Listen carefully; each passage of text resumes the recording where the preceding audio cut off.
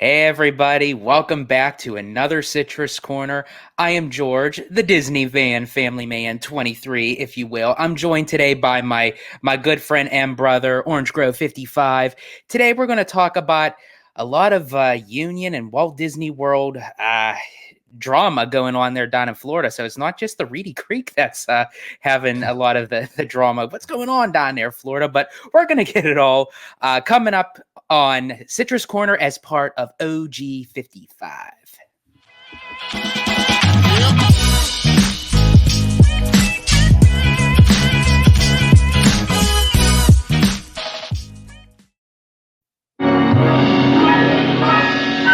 And now your host, Disney Family Man 23.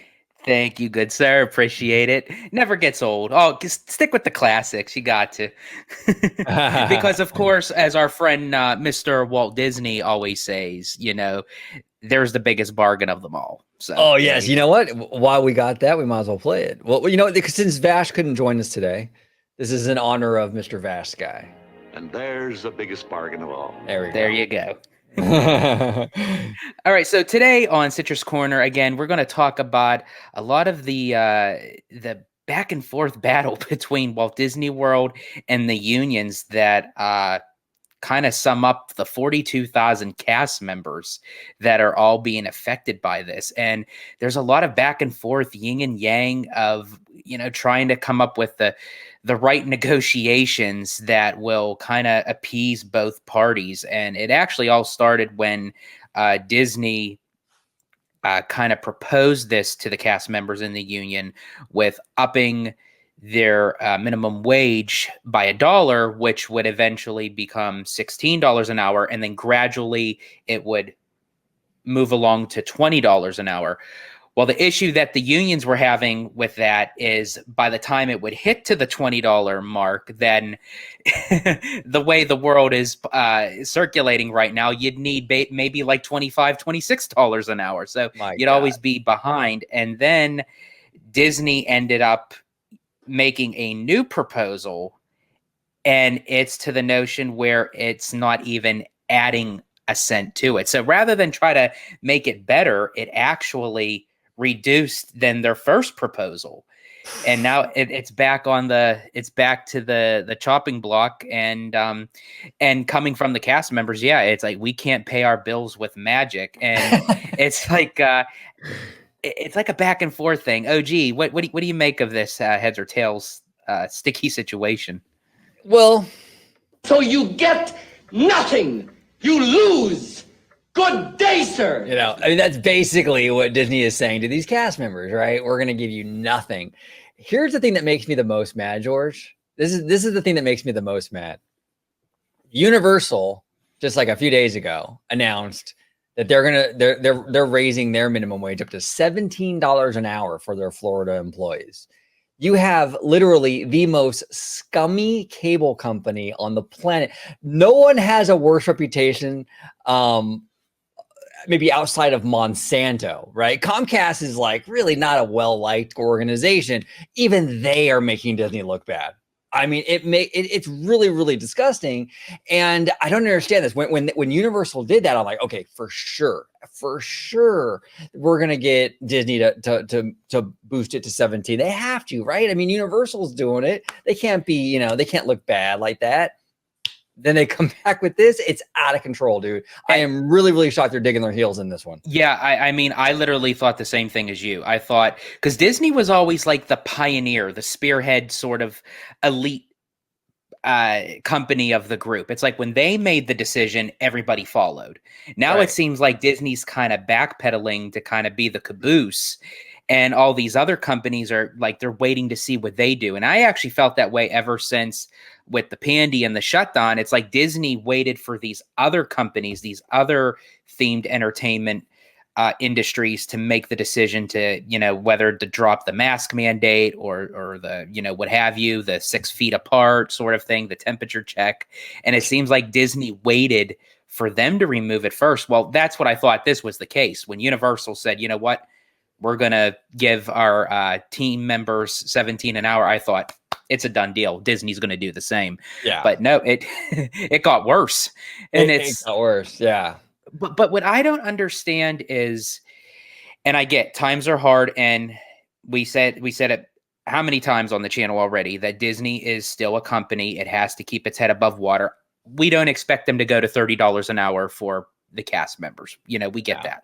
Right. But at the same token, as you had mentioned, when you see Universal that's being run by Comcast, Yeah. and they can go up to $17 without a blink of an eye and still keep their heads above water, is that kind of, I'm getting some vibes like, is Disney being a little bit too, I don't want to use the term greedy, but too,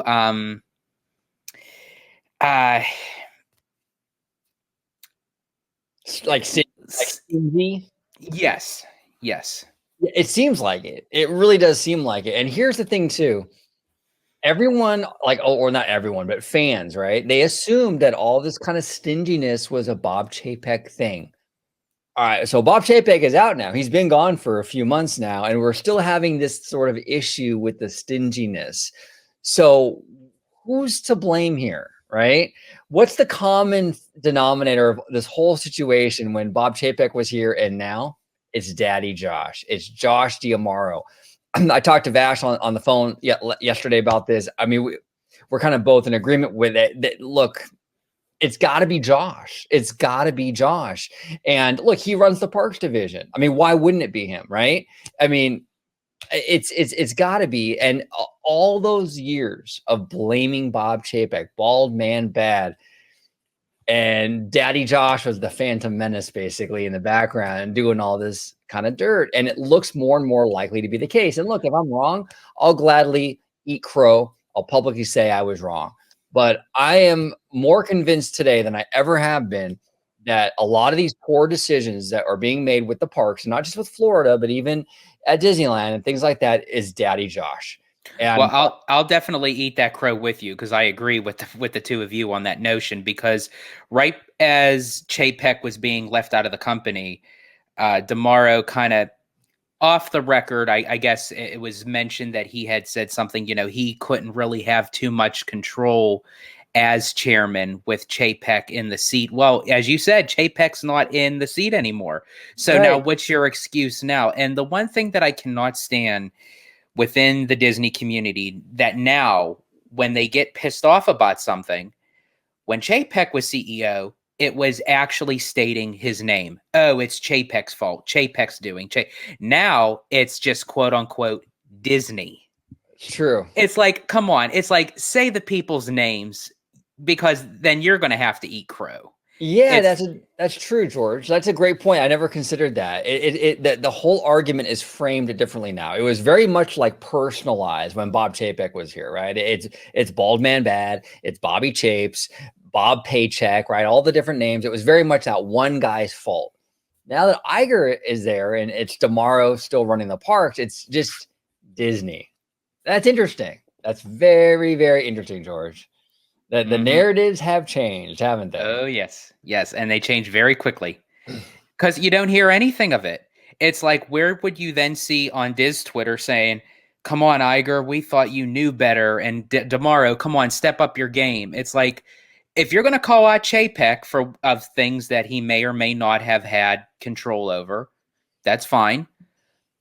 But he's not in the accountability equation anymore. So it's right. Now it's Iger and it's D'Amaro. So it's like they're talking about, yes, I get they had to do the 7,000 cast member cuts, but that is more of the upper tier, to save $5.5 billion, which all companies are doing it. It's not just Disney. Right. I get it. But if you're then saving $5.5 billion for that, why not put it towards the cast members who are the front run cast members who are creating the magic for guests every day? Because, and this is kind of going a little bit off topic, but on the topic that I had discussed with you earlier, and you had talked to me over the phone last night about the crowd levels that are in the parks right now. Oh, yeah. You were just at Disneyland recently, and nothing was going on, nothing special. It wasn't a holiday. It was a weekday. And you said that the crowds it was packed. And even over here at Walt Disney World, 2 days in a row, they sold out of Genie Plus, and almost a third day, it almost sold out. So it's like, what's going on? So to have all these guests in these parks where it's going overflow with the capacity level, you're going to need your cast members. And if anything, you're going to even need more cast members, and you might be losing the ones that you already have. Why is Disney kind of putting them at the stake, so to speak, and honestly, even risking the company's neck by just giving them, again, at least even match Universal, go to 17. You were going to do 16. They're asking for 18. How about saying meet us in the middle? We'll do 17. Right. Just do 17. Well, here's the thing too. In the quarterly earnings call in November, the last one with Bob Chapek, Christine Waistlines McCarthy was emphasizing what a great job Daddy Josh is doing. It was all contributed to Daddy Josh. It wasn't she wasn't thanking Bob Chapek for the great parks performance. It was all Daddy Josh. So I'm thinking that Josh has enjoyed right now a lot of, look, let's be honest, with all these earnings calls, the parks are really the belle of the ball. So once you start to do these things where it's like, okay, now we're going to be paying cast members more, that cuts into his percentages or whatever, right? That makes his bottom line look worse. And I think that's a big part of that here. And it's unfortunately at the detriment of not only like the cast members, but like you said, the company, because the longer this goes on, the worse it looks. And it's really bad for the Walt Disney Company, especially a company that really does pride itself or says publicly they pride themselves in their cast. You got to show it, Disney. You can't just say those words and not go to bat and really mean it. You got to show it. And I get it. I'm with you, George. They can't pay these cast members $30 an hour. I mean, I think even 20 right now is a little high, right? But 17 is totally fair. And they should have followed Universal. They should have followed Universal. And it kind of goes to the same psychological mindset that even our brother Vast Sky was talking about with kind of nickel and diming things, that when you have all these add-ons and you're like, okay, it's $15 here, $20 here, and you're seeing that whole list go down and you're like, whoa, I mean, I'm paying the bazooka on this stuff. But if you just add like a one tier upped premium price, but then you kind of get all those benefits, right, then you're okay about it. It makes you feel good. So Disney should take that approach with the cast members, where you don't have to give them the moon and the stars, but if you give them just a little bit more and they see a little bit more going into their paycheck, it'll say, you know what? It's worth me getting up every day going to work. Absolutely. Absolutely. And did you see this? I'm sure you've seen it, George, this report that apparently Disney is going to be giving cast members a discount on the merch or something on the Star Cruiser. Yes, it was. Yeah. 50% of, I guess the Star Cruiser, stays. Oh, the and stays. Also, okay. Yeah. It's 50% off the Star Cruiser stays. And I believe there's also a day, as you had mentioned, it's 50% off on merch. So if Disney feels like that's going to kind of band-aid the wound by saying, oh yeah, we're not going to give you a raise, but here you could have 50% off of this crappy staycation at this Star Cruiser that it's not even making us any money.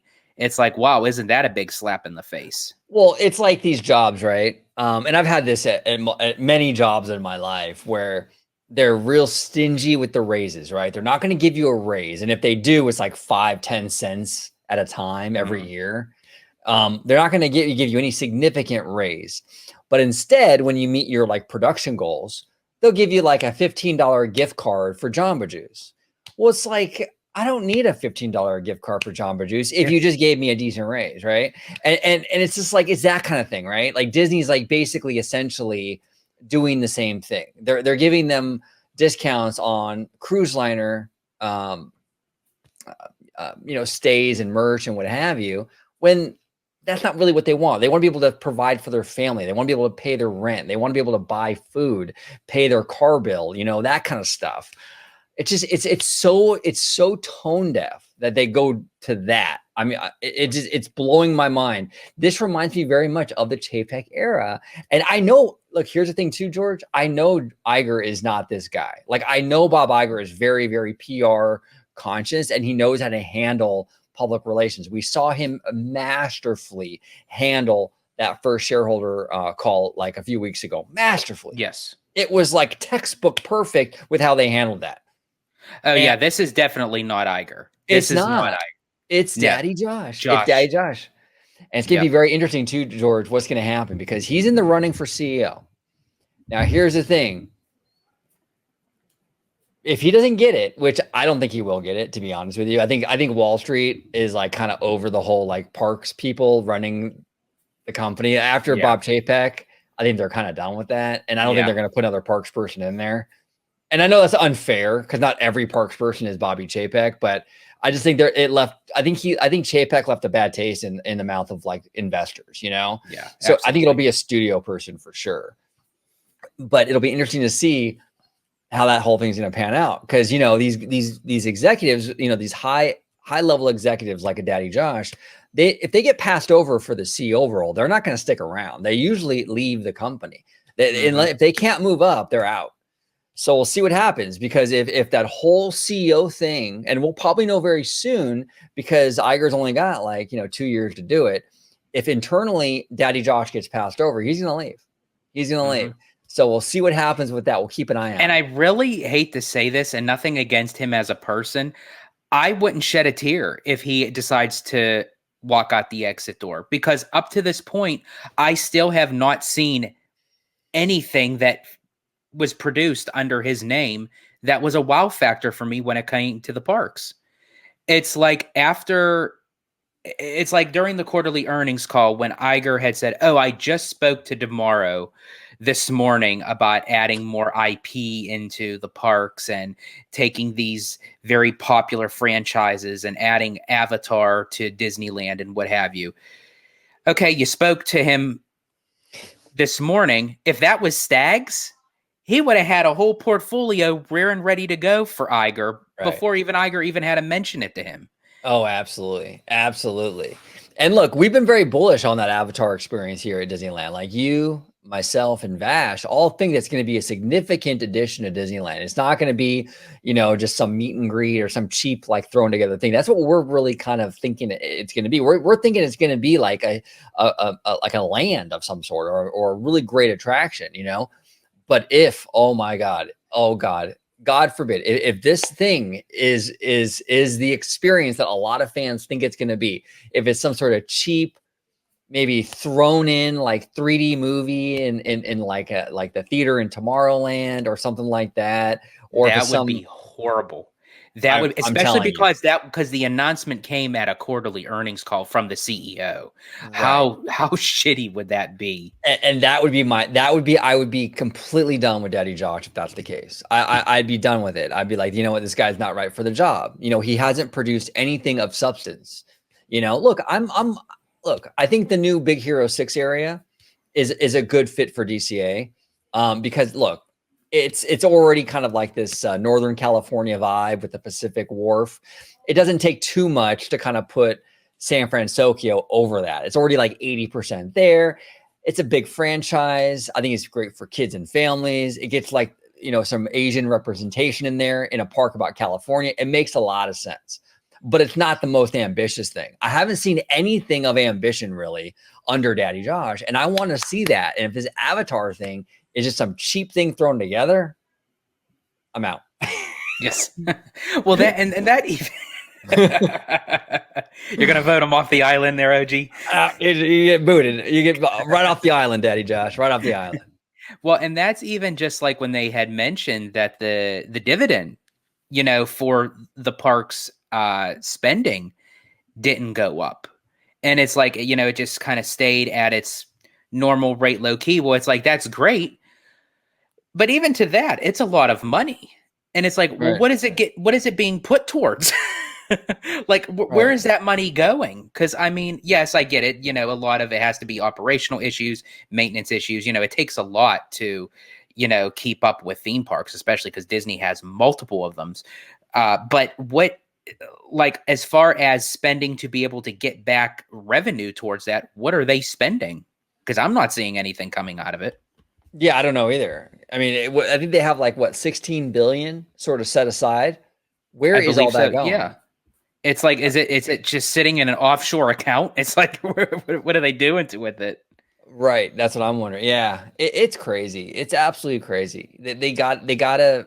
I'm telling you, they gotta show that they really do care about the cast members. And in Florida, and Vash Guy has brought this up many times. The cost of living is skyrocketing in Florida. Everybody's moving to Florida, and everything is going up because of it. Yeah. And Disney's gonna have to sort of roll with that and start giving proper increases and what have you. They just do. They can't hide from that forever. And it's just, this is really shaping up. And I'm seeing a lot of social media buzz about this. I'm seeing people that don't even usually talk about theme parks kind of talking about this on Twitter. This is shaping up to be a whole nother Florida bill debacle. It's just, I can see it already. It's bubbling up. It's bubbling up. And I get that, there are two sides to everything, especially when it comes to like the Reedy Creek issues, and whatever the new thing is going to be called, I'm still just going to call it Reedy Creek. I don't know. It's too long of a line to even call it. It's like the Pixar Palaron. I'm sorry, it's Mickey's Fun Wheel. Exactly. That's what it is. But it's like so much is going on right now in Florida proclaiming Walt Disney World. It's like them losing the rights to Reedy Creek, whether you agree with it or not. And now the union wage issue, it's like they just can't get ahead. It's like, but I feel that Disney is putting themselves in that position. Right. It's like, why are you doing it to yourself? It's like, so we're coming up with the solution and we don't even work in the company. And it's like, you have these high-end, big wig suit and tie type of people that it's like, the answer is so simple. It's right in front of you. The answer is in your own question, but right. It's like, you're not amplifying that to appease your cast members and everything. And I mentioned this before at a previous show, Disney showcased its cast members with a day at Disney, and it right. showcased on Disney Plus. And it's like, well, you put that on to showcase how much you care about your cast members, how much you care for the people that are essentially, those are the people running the parks. I'm sorry, it's not Daddy Josh. It's the cast members that are out there helping us out as the fans, greeting us. And I'm sorry, cast members, whether, it's a good day or a bad day, they take a lot of shit from guests, know, and it's like, you got to give them props to the ones that want to be there and want to work. Of course, you have right. a few that are spoiled in the bunch, but, you get that anywhere. But do you feel that if they don't solve this soon, that there could possibly be walkouts and a possible strike? I think so. I think so, George. And I don't know what the deadline is. I've been hearing June, but I don't know if that's for sure or not. But whatever that deadline is, if this doesn't get wrapped up soon, I think you're going to start seeing a lot more pushback and Disney get a lot more heat. Because I'm already seeing it really ramp up on social media, people talking about it. Tom Corliss of WDWNT had a huge rant video about it. He did a really good job. It was a great video. Yes, he really was. And he was passionate about it. I mean, he did like multiple videos on this, and he called out, fellow YouTubers and content creator. It's like, don't create content just to get clicks and for right. your own. It's like, support these cast members that allow you to go there every single day and make content, and it was pretty ballsy, but I got to give it to him. I mean, he was very passionate about it. Dare I say, George, did Tom go balls to the wall? He went balls to the wall. He really did. I swear, I think everybody watches our show. Yeah, exactly. No, it was a great video. And he called out content creators and influencers and what have you. Like he said, look, I get it. He was saying like, the media access is fantastic. You get to ride rides early. You get that free cupcake and all that. But this is literally people's livelihoods at stake here. You might want to put that aside and kind of speak out about this, And I think he has a good point about that, and that's one of the big problems, right? One of the big problems about like access media is that once you dip into that, you become compromised, right? Yes. You can't say certain things, so it And gets harder. it does. It really does. And I think that Tom is in the position where he can do that Right. because obviously he's not on the list. No, he's not. No. um, Pete Werner from the Diz Unplugged, I feel that he has the very unique position because I feel like that Disney kind of gives him that free pass to kind of speak his mind because he's bringing them in revenue. He's bringing them in business because he owns a travel company. And it's personally his that he runs it. And I think Disney has just known him over the years. That's his personality. He speaks his mind. And that's another person that I admire to speak his mind because when Pete says something, he's serious about it. He doesn't mince his words. But oh no, he doesn't. And he does it in such a New Jersey way too. I love he it. does it. I love it. Yes, you could tell he's from Jersey. Jersey, But I do feel like with other content creators, if they were to, as just a suggestion, maybe not Don Disney or bash them, but just maybe kind of give like a nonchalant type of message to say, what, here's to the cast members that are going through hardships right now. We back you up. We support you. And I think if Disney were to see that coming from the content creators, because Disney in some way still has high respect for these content creators, with Super Enthused, with my all-time favorite YouTube Disney content creator, Paging Mr. Morrow. Absolutely love him. Love the channel. Got to meet him twice. He's a breath of fresh air. He's such a great guy. He's a really sweet guy. He's really nice. Yeah. Yeah. He's and cool. I think that if Disney were to hear that coming from these content creators, I feel that maybe, just maybe, they may say, you know what, these are the people spearheading our product. Maybe we should kind of listen in. Because you never know. I mean, you hit them on social media and you get the word out there. And as you say, OG, time and time again, you vote with your wallet.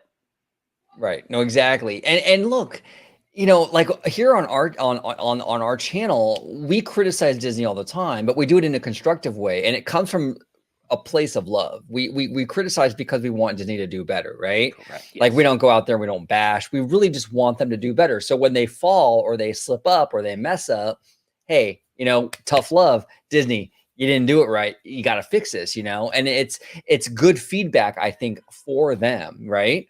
Absolutely. And I think more influencers and more content creators should kind of take that same approach, in that you don't have to get out there and give like Disney like the double middle finger, anything like that. No one's saying to do that, but just get up there and be constructive and say, hey, look, Disney, look, this is a bad situation. This looks bad. You have to take care of your people. You have to take care of your cast members.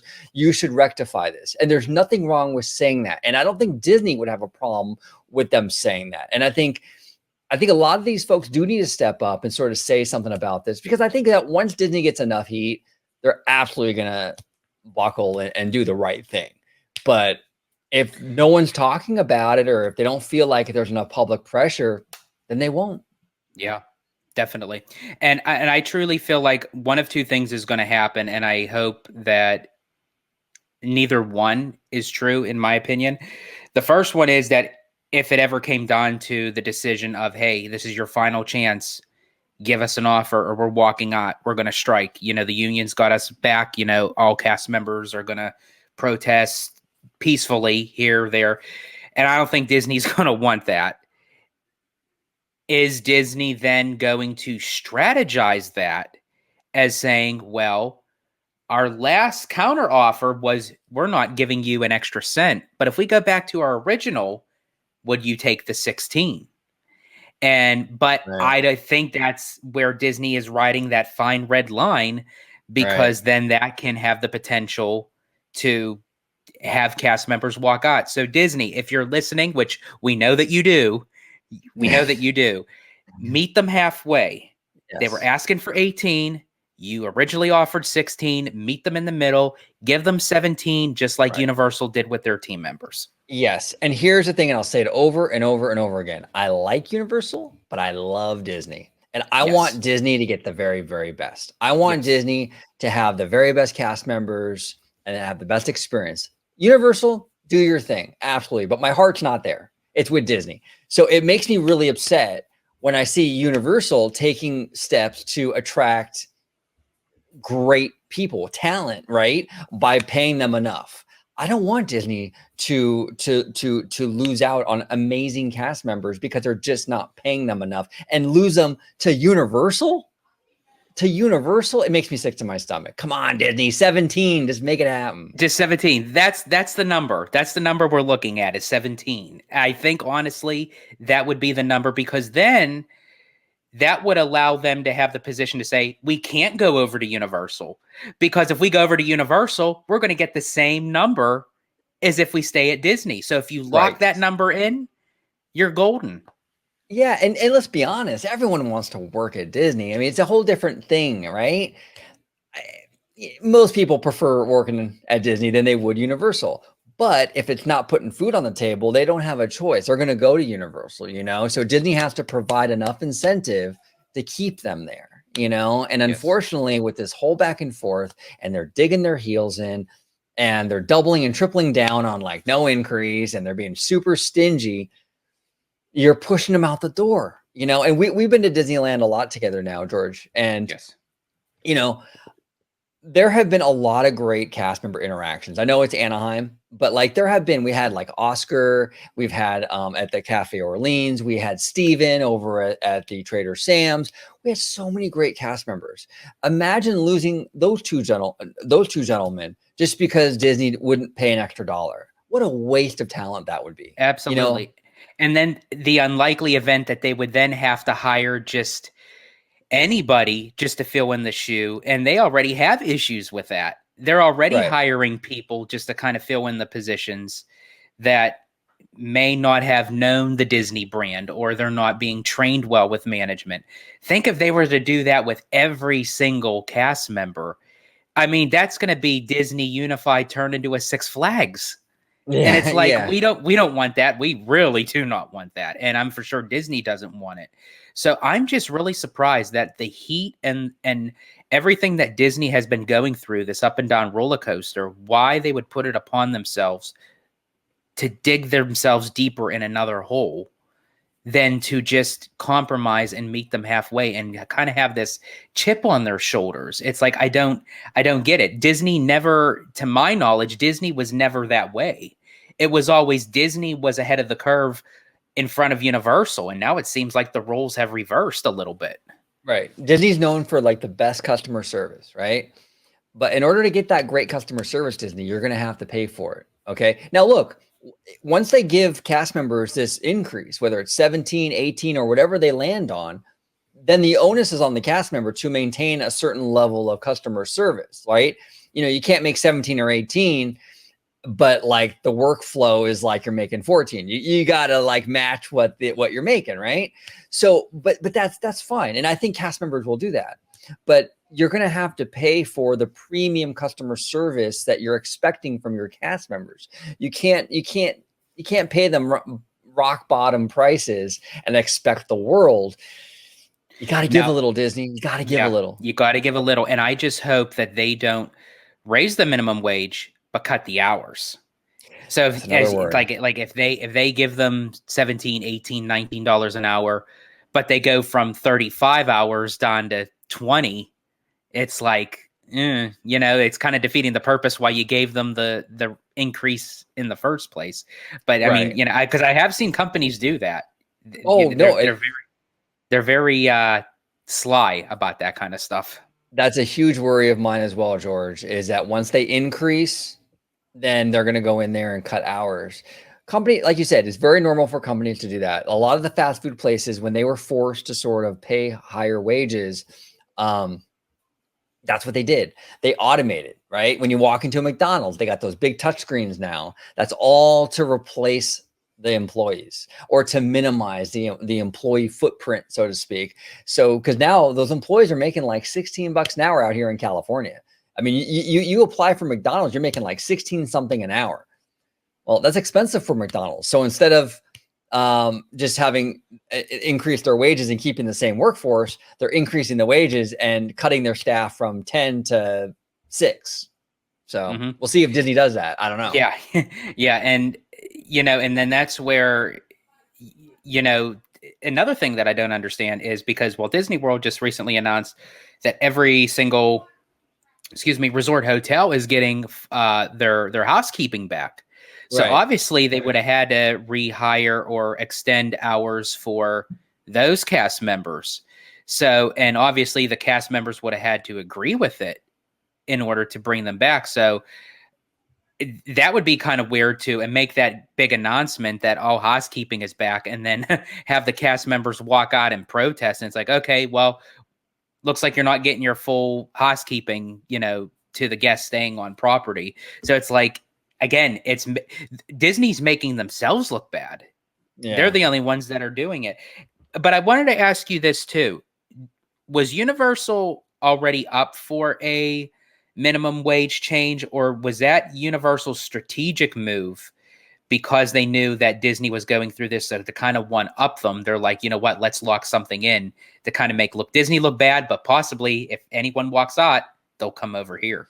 I think it was strategic. I don't know a whole lot about Universal with all that stuff, but it seemed too perfect. And what I mean by that is Universal made the announcement of the $17 an hour the day before Disney was going back to the negotiating table with the union. The day before. I find the timing on that extremely coincidental. And my saying here, too many coincidences aren't a coincidence. So absolutely, it was totally strategic, and it was checkmate on Universal's part. It was a brilliant move, because then even if Disney were to even if Disney and the union were to come to an agreement and raise the cast members $17, $18 an hour, because Universal did it the day before, it looks like they're reacting to Universal. And maybe that's why Disney's waiting. Maybe that's why they kind of counter offered with, oh, we're not raising you a cent. We're not doing it, because as you just mentioned, if they would have done that, then that makes it like, okay, they did it because Universal did it. They're taking the back seat on it. So I wonder if Disney still has plans to do so, but they're kind of waiting a little bit just to kind of get Universal out of that spotlight. I hope that's the case. Yeah. Again, because I want Disney to succeed. I want them to have these cast members. And it's like, I'm trying to find ways to make myself feel better about it, but Disney's making it so hard to do so. I know. We want them to succeed. We want to have these great cast members there getting paid where they can support their families, or even if, if they don't have families, even if it's just a single dude who's working at the parks so he can pay his rent or whatever. It's important. And it's important to retain the talent. And I just really, really hope Disney opens their eyes. This is constructive criticism, Disney. You really have to, you're wrong on this. You really have to stop dragging your feet, stop playing hardball. This is not the way to go. This is absolutely not the way to go. And hey, look, and I'll be the first to say it. Look, $20 an hour? No, that's too high. Okay.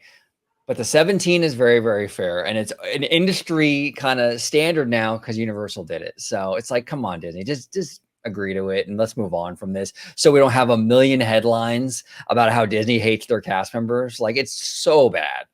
Yeah. The PR between PR and HR.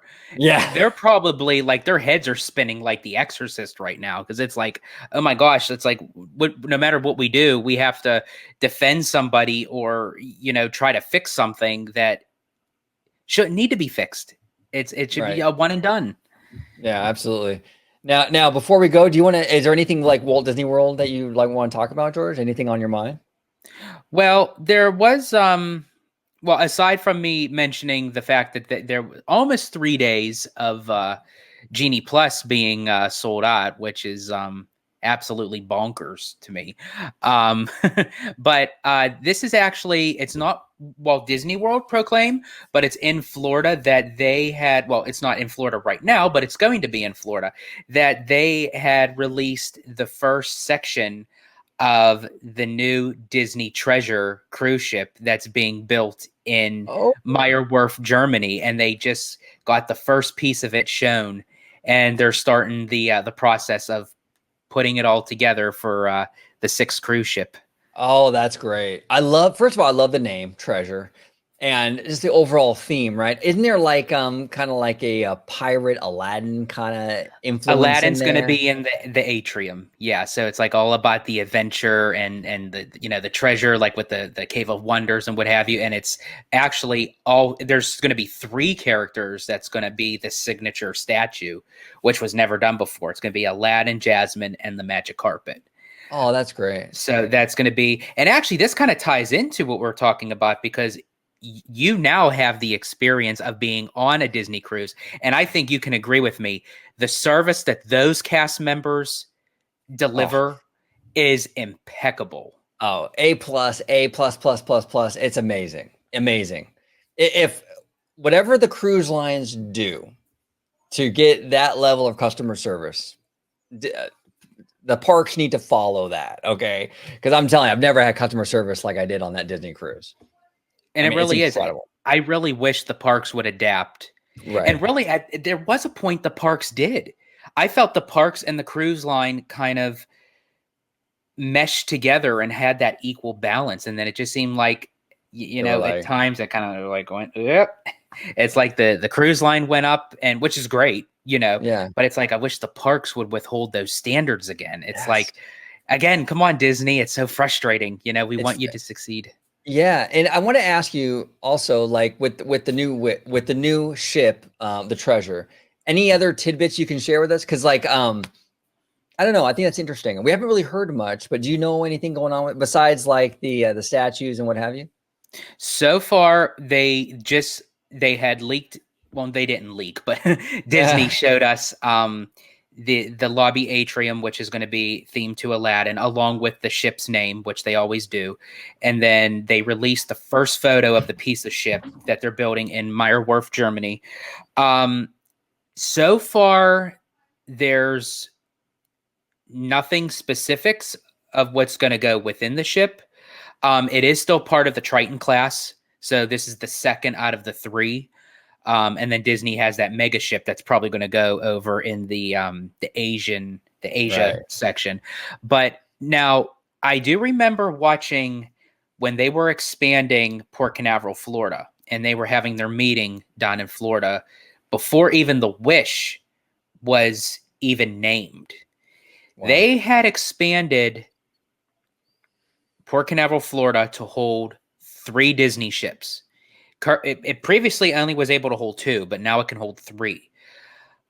But one of the gentlemen that was speaking at the podium mentioned something quite interesting, and he said one of the ships is going to have something unique that they had to force prospect a change in Port Canaveral itself to withhold this very unique aspect of the ship.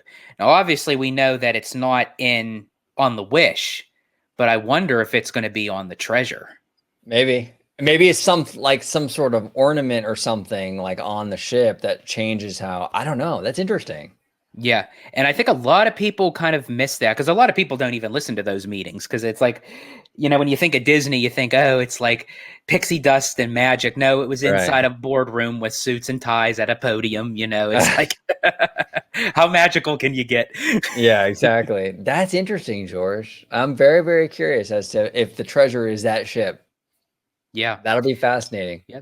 But, us here at OG55, we're just going to have to cover it, and in order to cover it, we got to go and experience it. Yes, exactly.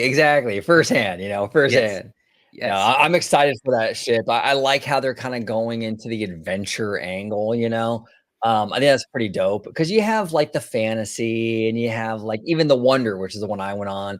It's very Little Mermaid, right? And all that. Yes. It's cool to have a ship now based on more adventure, right? It's more of an adventure, less fairy tale, more adventure. Because look, I mean, fairy tales are a big part of the Walt Disney Company, but so is adventure, right? Yes. So I think it's good to kind of mix it up a little bit, And that's where you can kind of both like have the fairy tale and the adventure aspect because it gears towards one side for the girls, one side for the boys, so you can kind of get like all the ages kind of mixed in there. And actually, that's kind of what I wish that they would have done with Disney Hollywood Studios when they said they were going to rebrand it to kind of have one section be the heroes, the second one, the villains. Like that would have been You know, how perfect can you get? You could have had a light side and a dark side. It's Would have been awesome. That would have that's been fantastic. And then one last notion Sure. before we wrap it up is I wanted to talk a little bit about Tron. Now, Okay. the reason why I bring Tron up again is because all people have been anticipating this attraction, but not a whole lot of people can possibly experience it. And what the whole thing is not because of the person's weight aspect, it's in the legs. Right. So it's like right. if you have a strong, thick, curvy calf, you know, it's like it's like you may not be able to ride this. And I just find again, it took 6 years for Disney to build this thing. And now it's like people may not even be able to experience it. So it's like kind of going back to again all the heat that the cast members have to deal with. They actually have to have a cast member standing there at the test vehicles to describe to say, okay, the bar has to come past your calf. You have to lean all the way down. It's like they literally specifically need a cast member to do that. And it's like, I don't get it. Like where's the correlation from this is going to be a kick-ass attraction to, oh my God, I may not be able to ride this thing.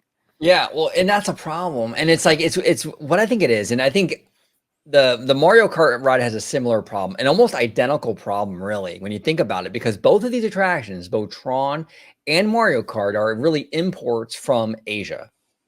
And let's be honest, let's be completely honest. Body types are different in Asia than they are here in America. They just Yes, they are. And so it looks like these companies, Disney and Universal, they to save money, they just kind of carbon copy these attractions to, for the most part. And I think in doing so, it's creating problems here in America. And it's an issue. It's absolutely a freaking issue. And I don't know what they can do without having all new ride vehicles, but I don't know. And that would take more time. That would cost more money. And it's like, this is where I feel Disney needs to kind of take one step back and reflect upon itself as a company and really, and again, this sums up to even our whole conversation, to think about the cast members, but also think about the fans, because you need one to have the other. You need to have the cast members to have the fans. You need to have the fans to have the cast members. Right. And I bring this topic up because there's the leverage. It's like you have to make your cast members satisfied. Don't necessarily have to give them everything that they want, but satisfy them a little bit. And the same thing for us fans / guests that go into your parks every day. So again, Disney, it's constructive criticism. We mean it because we love you. We're diehard Disney fans.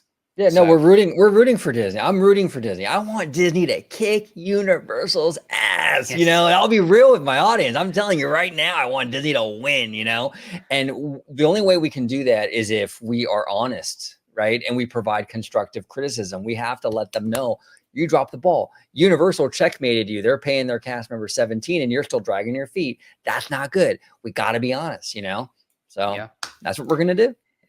And we're going to keep on doing it here at OG 55. So Disney, you better fasten your seatbelt, keep your hands, legs, feet, and arms inside the vehicle at all times, because this here's the wildest ride in the wilderness. Yes, sir. Yes, sir. Well, George, thank you, brother, for having me on another episode of Citrus Corner. Fantastic conversation. Absolutely. Thank you for joining me for this, how do I say, balls to the wall edition of Citrus Corner. Yeah, exactly. Because here at OG 55 with Citrus Corner, it's that sweet, juicy, but sometimes sticky Disney news and info. So thank you. I want to thank everyone for joining us today, and you have a wonderful, magical day. Bye, everybody. See you later.